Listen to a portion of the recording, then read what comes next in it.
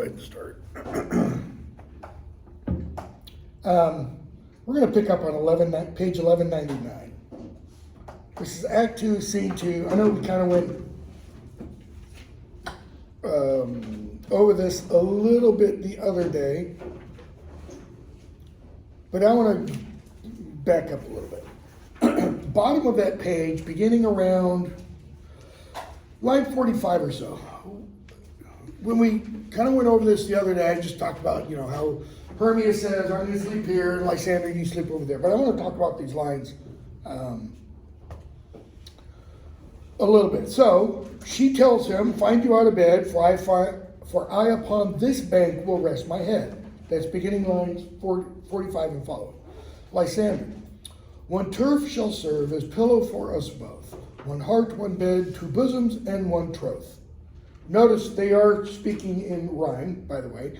And I misspoke the other day when I said, the fairies all speak in rhyme, because Titania and Oberon do not.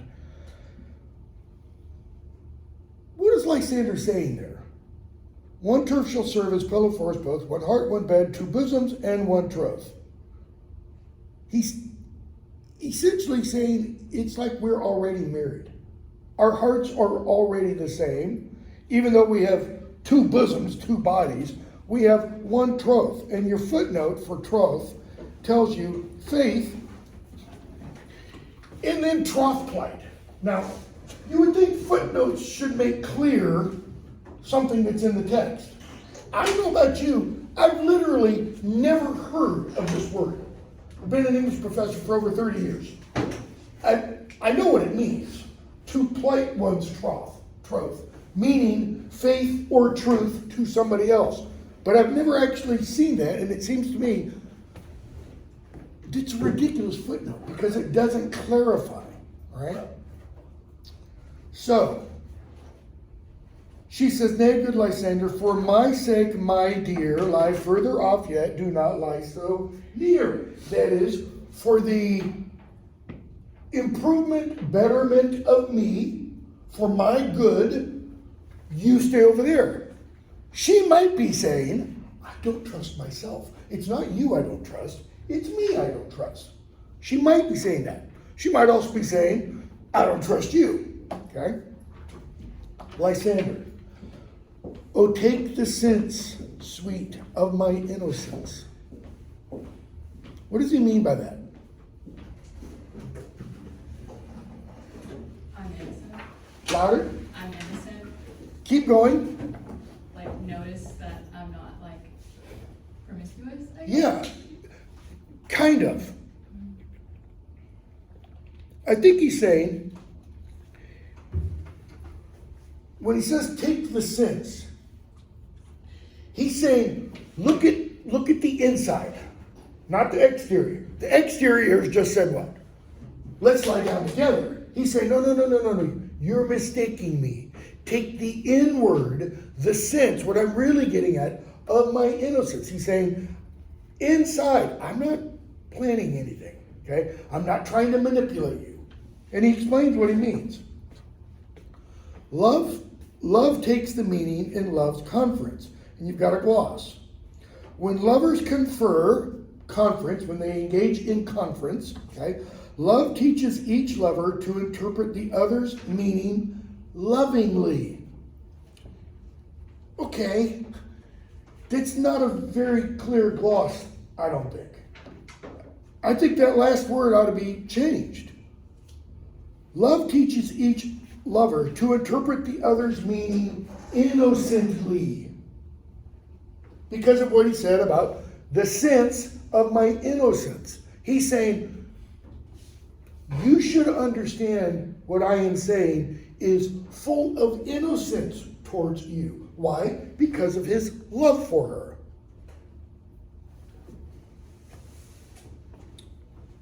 I mean that my heart unto yours is knit, tied together. We are already, in that sense, married, so that but one heart we can make of it. Two bosoms, bodies, interchained with an oath. Why did they go to the wood? They and get married. So then, two bosoms and a single troth. Then by your side, no bed-room, no room for a bed, deny me. Okay? For lying so, Hermia, physically, he's saying, lying next to you, I do not lie. That is, I'm not telling you an untruth. Your gloss. To tell a falsehood with a riddling pun on lie, that is, to recline. I'm not, let me put it vulgarly, I'm not trying to get in your pants, is what he's saying. Okay? Look at Hermia's response now. Lysander riddles very prettily. Okay, she's saying two things there. One, you're using riddling language. You're not speaking totally clearly. Okay? But she's also saying the riddling language that you're using, that's pretty good. Very prettily means smartly. Okay? Deftly. Now much beshrew my manners and my pride. Beshrew, curse. But she doesn't mean, blank damn you. She means to mildly chide me for my manners and my pride. If Hermia meant to say Lysander lied, I didn't mean that. Forgive me, is what she's saying. But, gentle friend, gentle there doesn't mean just kind or nice. She's talking about what should be his character, gentlemanly, noble friend. For love and courtesy that is behavior towards me, do what? Lie further off in human modesty. Courteous and perhaps suggesting humane, possibly. Such separation as may well be said becomes a virtuous bachelor and a maid. So far be distant. Go over there. And good night, sweet friend. Thy love ne'er alter till thy sweet life end. Don't change your love until when? Until you're dead. Okay? A lot of Protestant wedding ceremonies. I don't think I've ever looked this up. I'd have to look up the wedding ceremony in Shakespeare's day. Involves what phrase in the vows? Till death do us part. Okay? Hold on just one second. I don't know if the book has.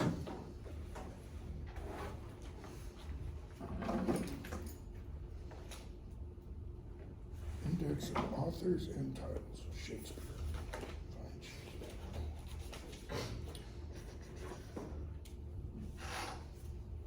Doesn't have it.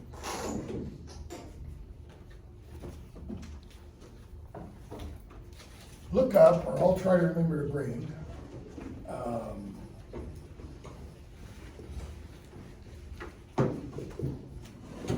Shakespeare's sonnet 116 begins, let me not to the marriage of true minds admit impediment.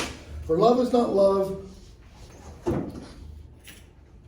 when it alters with the something, something, something.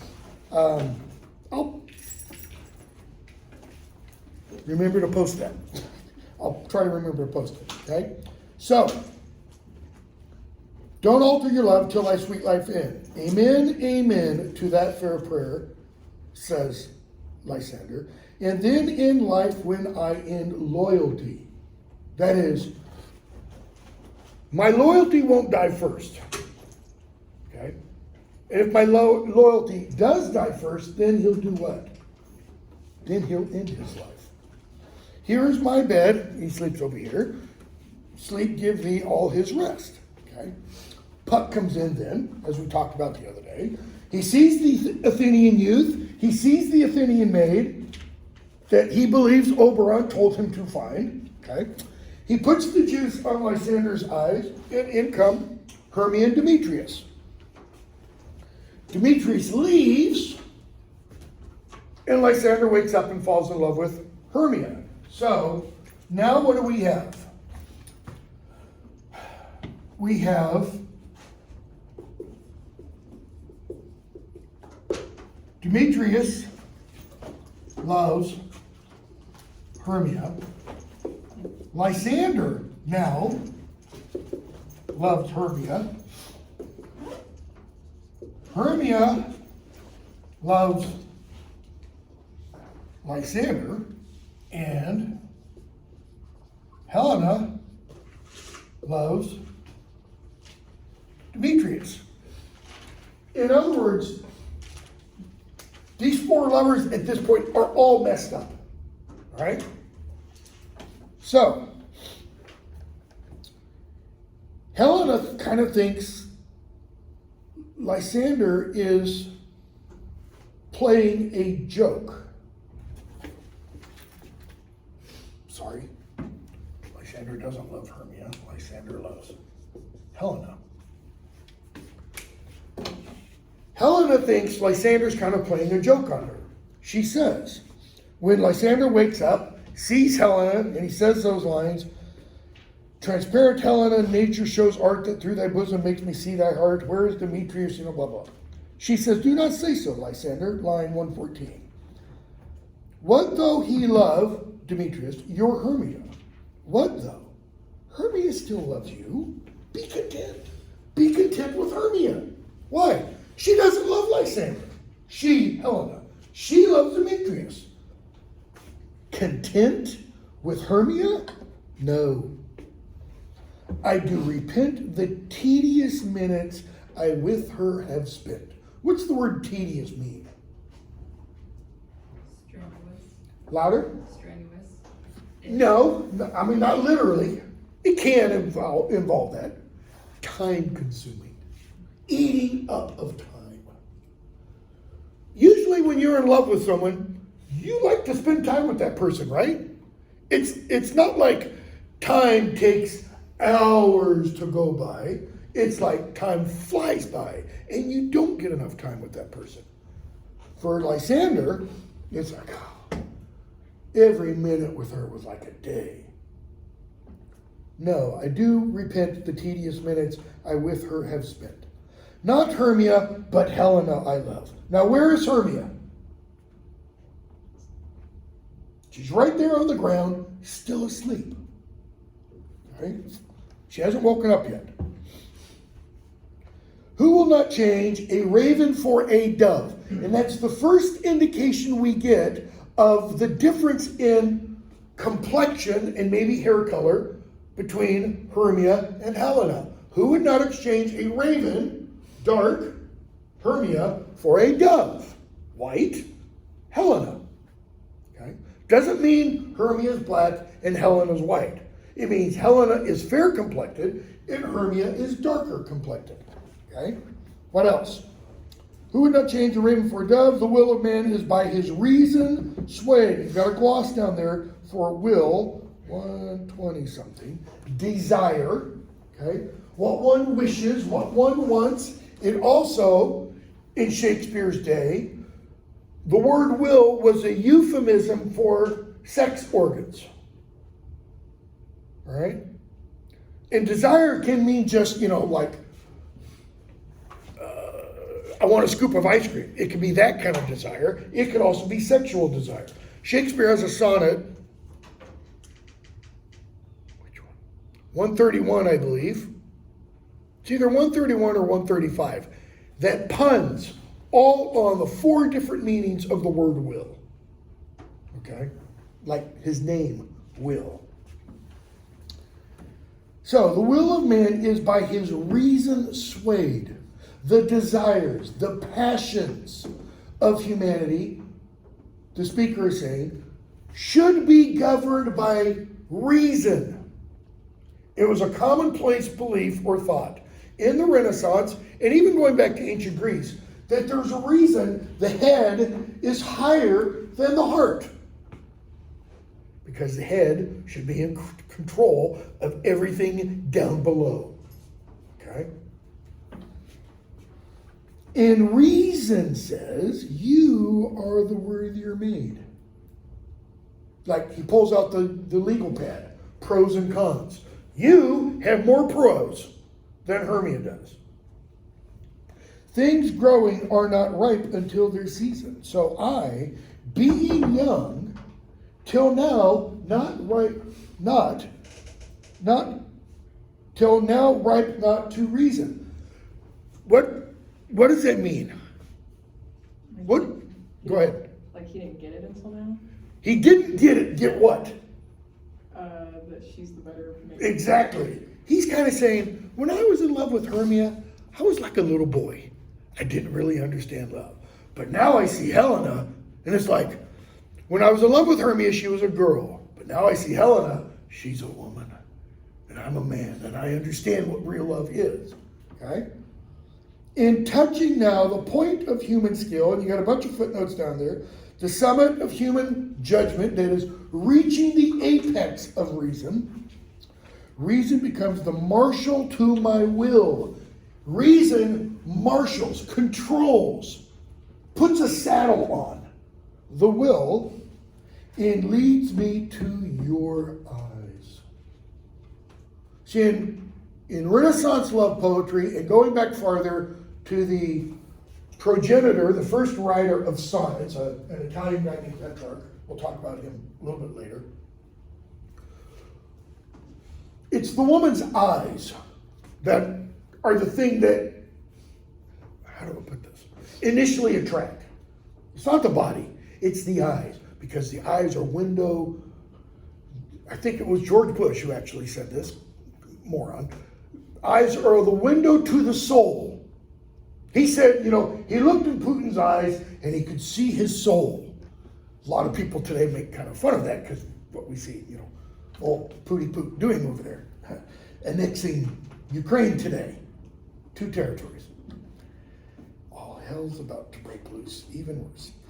It leads me to your eyes where I overlook love stories written in love's richest book. He says, I look in your eyes and I see all the stories of love. Okay? All this language, by the way, almost all of this, there are echoes throughout Shakespeare's sonnets. He's probably writing the sonnets at the very time as he's writing A Midsummer Night's Dream. Okay? Helena, wherefore was I to this keen mockery born? Why are ye making fun of me? When at your hand said I deserved this scorn. Well, let's pause for a minute. Should Helena be there? No, she shouldn't. Hermia and Lysander told her what they were doing just because she and Hermia were good friends. They didn't tell her so that she would then tell Demetrius and follow them into the forest. She's kind of, she's overstepped her bounds, so to speak. So maybe she deserves the scorn for that, but that's not really what I don't think Shakespeare's saying. Is it not enough, young man, that I did never know nor ever can deserve a sweet look from Demetrius? Isn't it bad enough that Demetrius won't even give me the time of day? And here you are mocking me now? Why? What does she think is going on? He's just messing around. He's pretending to be in love with her. But you must flout my insufficiency. What does she mean by insufficiency? Why does she think Demetrius doesn't love her? Because there's something wrong with her. And when Lysander praises her beauty, she's taking that to be sarcasm. That there's something about her, like one eye's down here or something, that there's something that turns Demetrius off. Is there? No, there's nothing wrong with Helena. And in that sense, there's nothing wrong with Hermia either. Good troth. good sooth, that is, indeed, truly. You do me wrong, you do, in such disdainful manner me to woo. She goes, but I'm leaving. Perforce I must confess, I thought you lord of more true gentleness. See, previous page, somewhere between lines 60 and following, Hermia called Lysander gentle, but gentle friend, implying his gentlemanly, the old meaning of the word, noble, honorable, virtuous character. She says, I thought you lord of more true nobleness, honorableness, virtuousness. She's saying, you aren't noble, you aren't honorable, and you aren't virtuous because of what you're doing to me. Oh, that a lady of one man refused should of another therefore be abused. And she leaves. Lysander says, oh, she didn't see Hermia. Sleep thou there, and never mayst thou come Lysander near. Like, be gone, you know. For as a surfeit of the sweetest things the deepest loathing to the stomach brings, or as the heresies that men do leave are hated most of those they did deceive, so thou my surfeit and my heresy of all be hated but the most of me. She was, he's essentially saying, a false image of the real love he sought, which is now Helena. Hermia wakes up. Help me, Lysander, help me. Do thy best to pluck this crawling serpent from my breast. What crawling serpent? Doubt of Lysander. Why? She's had a dream. Methought a serpent ate my heart away, and you sat smiling at his cruel prey. What's the serpent's cruel prey? Her heart. And you smiled as it ate at me. And then she realizes Lysander's gone. Was the dream just a dream, or was it a premonition? Act 3. So, she says, very end, I swoon almost with fear. No, then I well perceive you are not nigh. Either death or you, I'll find immediate lie. So, I'm either going to find you, or I'm going to find death. Does that mean she's going to, literally go out and find somebody to kill her? More likely, she'll kill herself. Okay. Where are we kind of getting on this image? Remember I said a comedy could easily become a tragedy. At this point, we're nearly there. If she doesn't find Lysander, flip it over. Because then we have Romeo and Juliet, set in the woods. Act 3. We're still in the wood. The clowns or the rustics or rude mechanicals come in. Okay. Bottom, are we all met? So why are they there? What is their purpose for being in the wood? To rehearse. They're going to rehearse their play because they don't want anybody to see the rehearsal. They want it to be a surprise so that they can have their, world premiere, so to speak. So, Quince talks about the story. Bottom talks about the story as such. And Bottom tells Peter Quince, you need to write a prologue. For what purpose? Page 1203, line 12 or 13. Write me a prologue, and let the prologue seem to say, notice, let the prologue seem to say, we will do no harm with our swords, and that Pyramus is not killed indeed, and furthermore, better assurance, tell them that I, Pyramus, am not Pyramus, but Bottom the Weaver.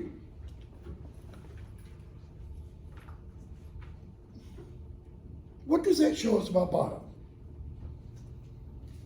Kind of stupid. He's kind of stupid. What? They're getting ready to put on a play. What is he telling Peter Quince to tell the audience? Spoiler. Yeah, He's breaking the fourth wall, so to speak. I'm not really Pyramus. I'm Nick Bottom the Weaver. You all know me. This isn't really prologue. This is Peter Quince, etc., etc. And we're not really going to stab ourselves. We're going to put the sword under our arm and make it look like we're stabbing ourselves. Why does he want Quince to do this? So that they aren't afraid. So they're not afraid, and it's even more than that, so that the audience doesn't literally believe that that Pyramus has killed himself. And so that the audience doesn't literally believe that this character really is Pyramus, who Theseus and Hippolyta and all the other lords and ladies of Athens know lived hundreds, if not thousands of years ago. This is telling us how bottomless is Bottom's lack of smarts, okay? So he goes on and says, you got to tell them who is lion, and that lion isn't really a lion, it's not really going to, all that stuff. So they figure out how, what is it, Snug? Yeah, Snug's going to do Moonlight, or the lion and all that kind of stuff. So let's skip a bit and go to where they we don't actually need to talk about that. You get some of the lines, page 1204. Bottom as Pyramus, Thisbe, the flowers of odious savors sweet. The flowers of odious savors sweet. If something has savor, what does it have? It's like salty. Possibly salty. It's a taste. It's not a smell. If something is odious, you smell it, you don't taste it. Okay? Thisbe, the flowers of odious savors sweet. And if something is odious, it's not sweet. If something is savorful, it's not sweet. That means it's kind of pungent. It's got a lot of spice to it. Okay? Quince. Odors, not odious. What's the difference between odors and odious? Something that is odious, more literally, is something that's hard to bear. It's painful. So Peter Quince corrects Bottom. He says, not odious, odors, savors, sweet. It's still wrong. It's telling us something about Peter Quince. He's not much higher than Bottom on the intellectual ladder, so to speak. Okay? So Bottom corrects it. Odors, savors, sweet. So hath thy breath, my dearest Thisbe dear. So her breath is what? Odorous. Shakespeare's sonnet 130, my mistress' eyes are nothing like the sun. I think we'll be reading that later. My mistress's eyes are nothing like the sun. What does that tell us? If they're nothing like the sun, means they're opposite. Well, the sun is what? Bright. If you look at it briefly, what color is it? Yellow. Okay. Her eyes aren't bright, they aren't yellow, so if they're the opposite of that, they're dark, they're black. And everything Shakespeare does in that sonnet is the opposite of the Elizabethan ideal of beauty. Okay? And he has a line in there about the breath that from my mistress reeks. What kind of things do you use that adjective reek for? Trash. Like, not just the stuff in a trash can out here, but what survives at the bottom of a trash can. And just kind of, you get the idea, okay? So they go back and forth, and Bottom goes off the stage for a moment, all right? And then he comes back in, top of 1205. Puck and Bottom come back in, Bottom as Pyramus with the ass head. Why? Because Puck has transformed bottom to an S. The head, not the rest of his body. Okay? Bottom, if I were fair Thisbe, I were only thine.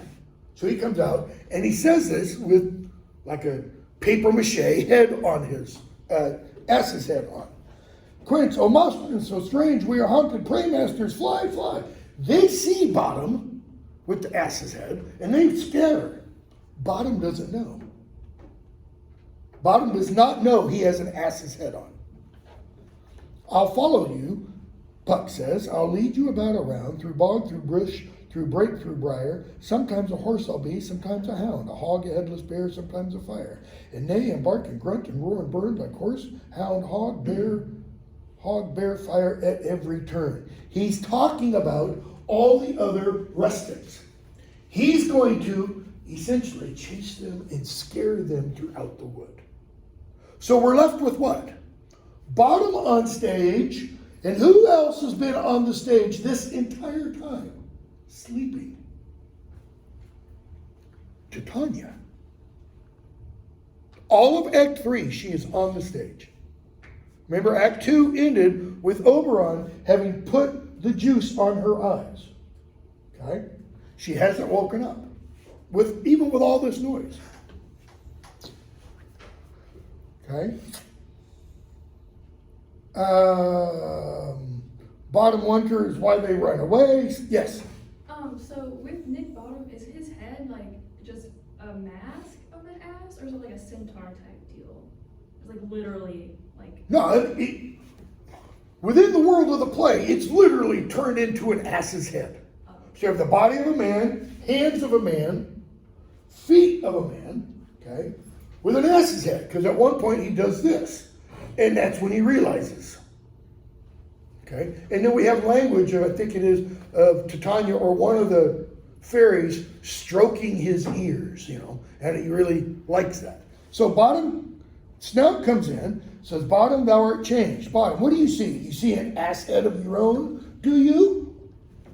Bottom's kind of saying, what, are you projecting?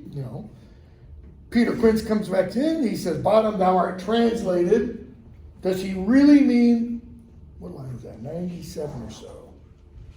Translated, does he really mean translated? Translated means moved from here to somewhere else. No, he means transformed. That is a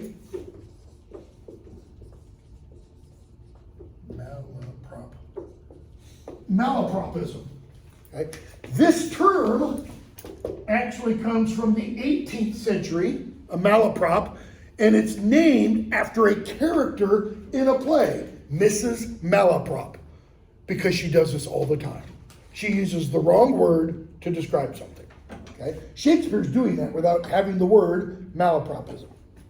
So, Quince leaves. Bottom, I see their knavery. This is to make an ass of me, to fright me. What is that? A pun. It's a pun. It's dramatic irony. Bottom doesn't see that he is an ass. Now, literally as well as figuratively. He says, I will not stir from this place. Do what they can. I will walk up and down. And he says, I'm going to sing. Why? Singing calms him down. And when Bottom sings, he should sound like, oh, so cotton so black of you, with orange tonic bill. Just horrible, right? Why? Because of what Titania says. What angel wakes me from my flowery bed? Now, casting-wise, Bottom should not be a hunk. He should not be really good-looking. He should be kind of plain or average. Titania ought to be like a swimsuit model. I mean, she ought to be drop-dead gorgeous. She's the queen of the fairies. Okay? There was a production done by the Murfreesboro Little Theater a long time ago. My daughter was one of my daughters was one of the fairies. She was like 7 or 8, and she's nearly 30 now. And the guy who played Bottom, I'm not trying to be, bodyist or whatever, big fat guy. I mean, really fat and kind of short. And the woman who played Titania was pretty hot. And there was a scene, where she's just all wrapped around him, okay? Because that's what's described in the play. It adds to the ludicrousness of the scene, okay? Ludicrosity is not a word, I believe. So, what angel wakes me from my flowery bed? Angels are supposed to have out of this world voices. That's why when somebody, is newly discovered, critics will say, so-and-so has the voice of an angel. Bottom keeps on singing. Titania, I pray thee, gentle mortal, sing again. Mine ear is much enamored of thy note. Why? He didn't put the juice in her ears. He put the juice in her eyes. But what has happened to her? She's fallen madly, head over heels, in love with him. So everything about him, because of her perspective of love, is now what? Beautiful, wonderful. Mine ear is much enamored of thy note. So is mine eye enthralled to thy shape. And Bottom is usually standing there, kind of looking at her, because she's now sitting up. She hasn't necessarily stood. She might, depending upon the director, but he's looking at her and he realizes, drop dead gorgeous, he still thinks he has this full human shape. And like, well, I'm not that bad looking, kind of a thing. But she says that, and the audience all sees, jackass, body of a man. And thy fair virtue's force perforce doth move me on the first view to say, to swear I love thee. Thy fair virtue's force. Virtue is internal. Fair means beautiful. Your beautiful virtue's power. See, virtue, one's virtue, it was thought in Shakespeare's day, had the ability to draw others to you or to move others. And she says, it's your virtue that moves me on my first view to say, I love thee. What is it that moves her to say that, though? Notice, it has nothing to do with Bottom's virtue. It has everything to do with the love and idleness juice put on her eyes. So, she is not seeing properly. Bottom. Methinks, mistress, you should have little reason for that. Wrong or right? Is Bottom correct or is he wrong? No, he's very much correct. Her reason, if it was working, would go, ew, and run away.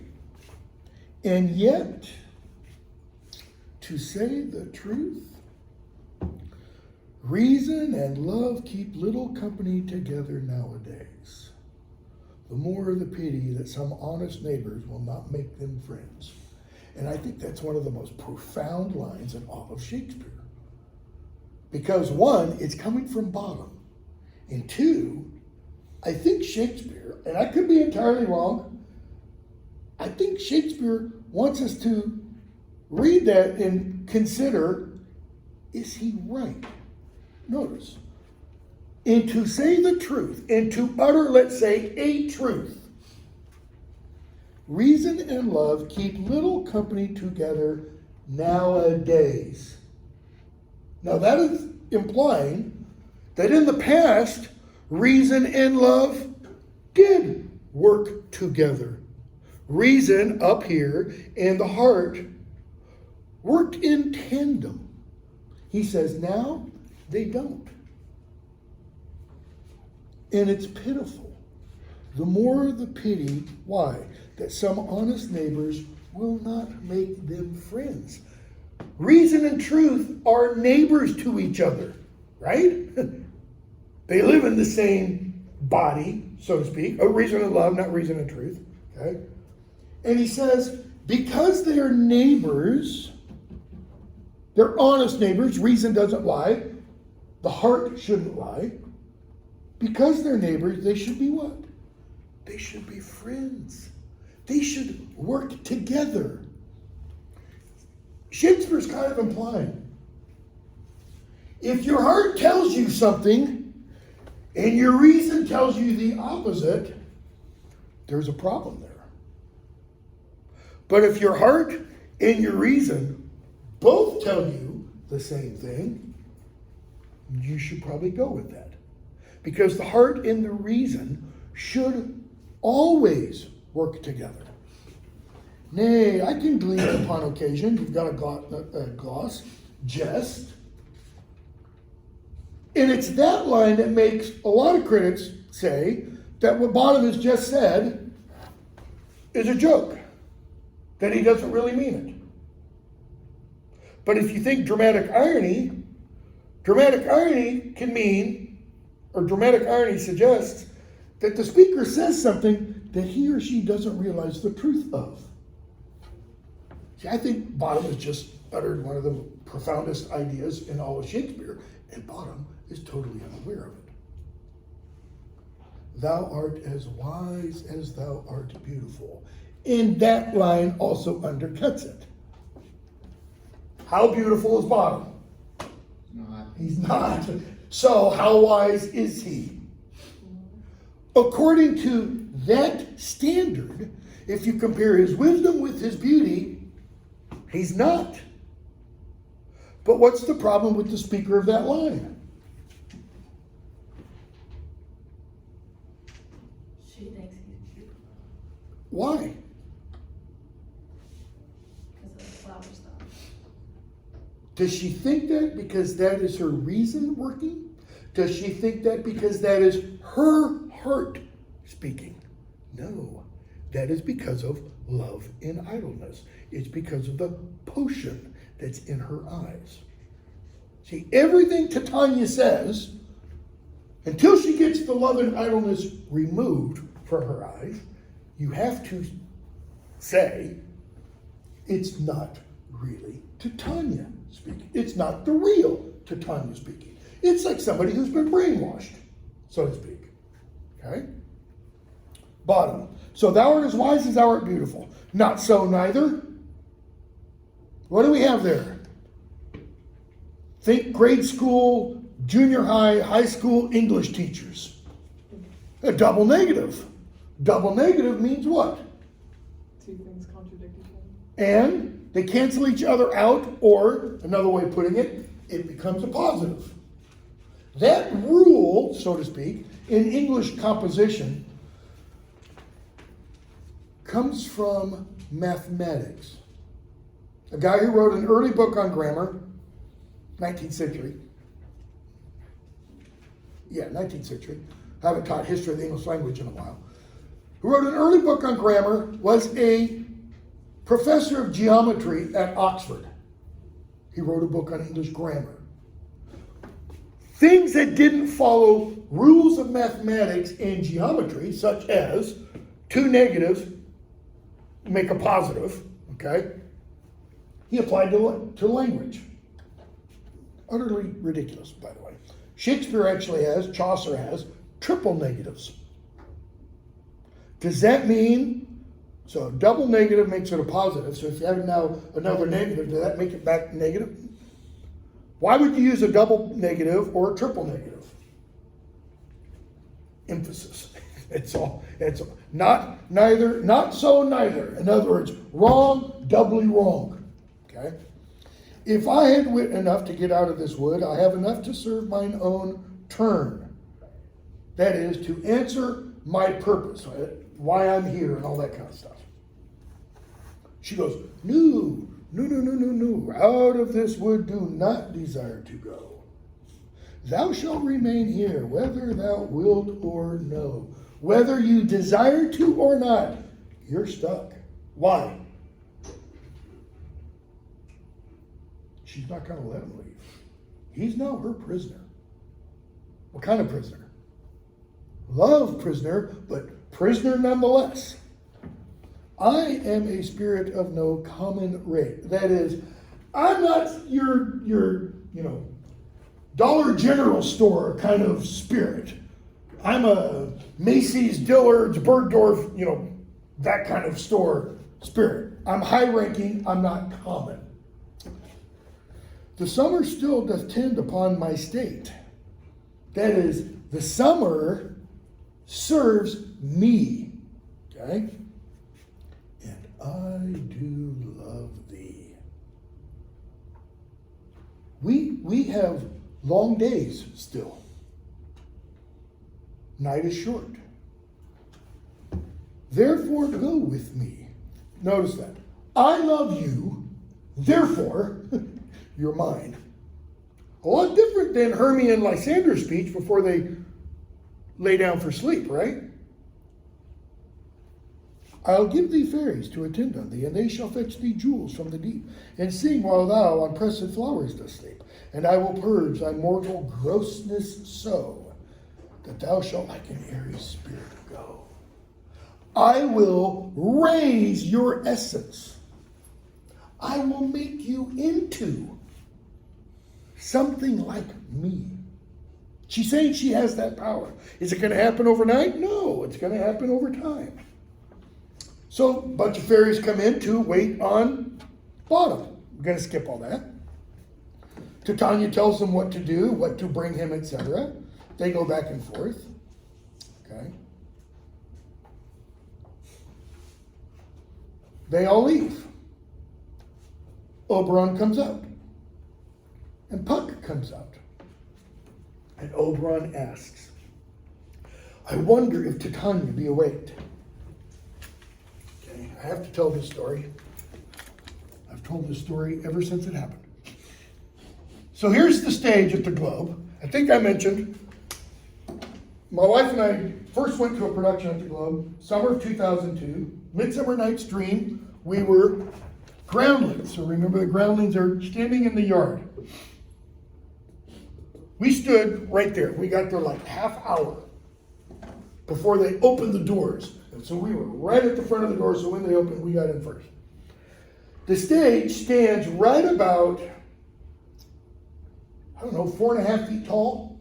My wife's like 5'1", on a really good day, 5'1.5". And we got to the stage, and she did this, because it was just perfect. The guy who played Theseus and Oberon, because they used the same actors for the fairies and the humans. It was the regular, at that point, Globe acting company, but they did a reduced kind of cast. But the guy who played Oberon was a guy named, you don't need to know this, I'm just writing it down. A guy named Paul Higgins, Scottish actor. Really good looking. Think Gerard Butler when he was younger, okay? Or Mel Gibson when he was young. This guy was hot, okay? And spoke in, and I'm a sucker for Scottish accents, and my wife, her knees go all limp with Scottish accents. And just this great Scottish accent. And when he says these lines, so my wife's like this, he comes out to the center of the stage and kneels, like right here, my wife's right here, and looks her in the eyes and says these lines. They're not mic'd or anything. So he's got to project his voice so that the people in the back can hear. And he looks at her and says, I wonder if Titania be awake. And my wife said, yes, she is. I'm like, Karen, shut the hell up. Because when he did that, and my wife responded, 3,000 sets of eyes, because the Globe now will hold 3,000 people. Boom! And he starts ad-libbing. No! And she's like, yes! What did she see? An ass. And then he winks at her and gets back up and says the rest of his lines.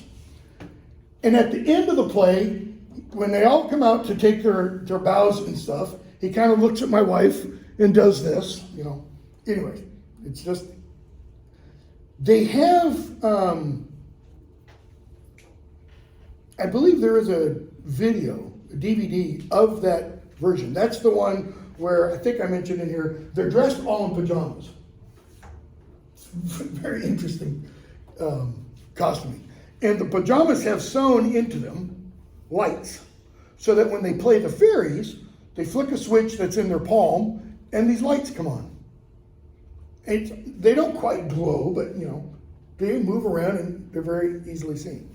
So, he says, then what it was that next came in her eye, which she must dote on in extremity, and that's where my wife says, it was an ass. No, yes, And then Puck comes in.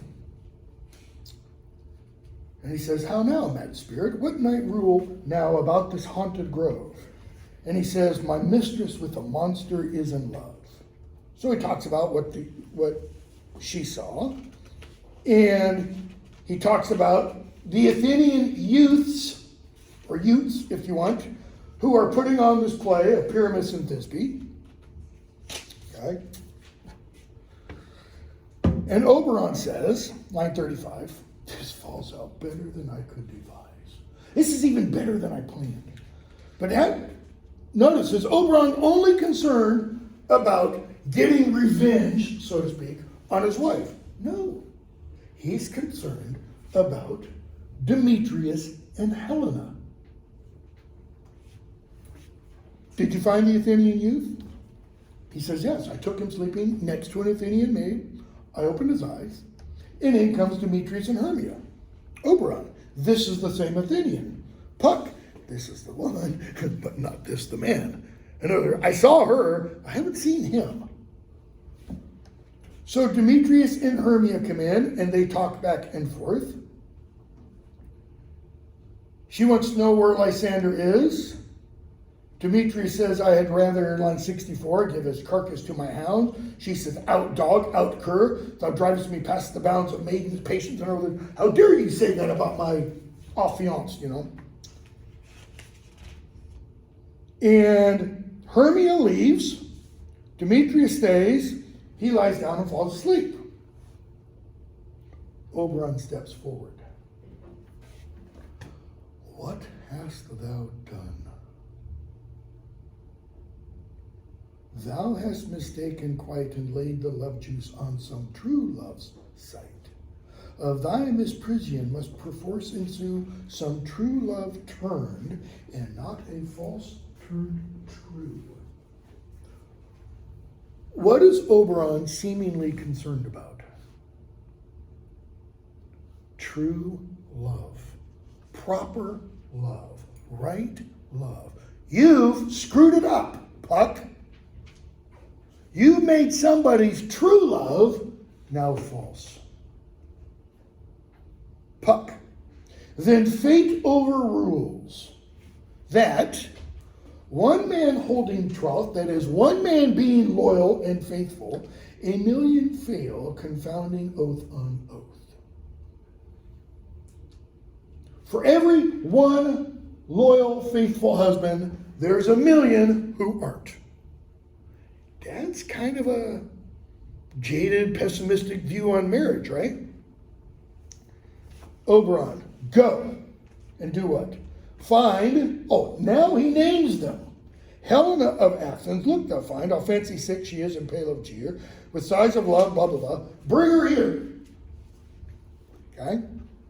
I'll charm his eyes, Demetrius's, against she do appear. That is, so that when he wakes up, he'll see Helena, and he will love the one he is supposed to love.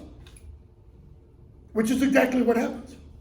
Demetrius will wake up, he will see Helena, and he will fall in love with her. How is this love any different than Titania's love for Bottom? That's a made-up love, right? That's a pharmaceutical love. It's love from a bottle, not real love.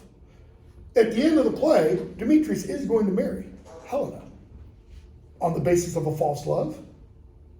What are we told occurred before the play began?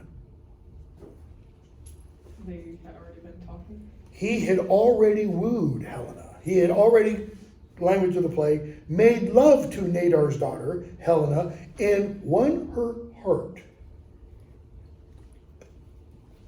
In other words, he already made vows and protestations of love.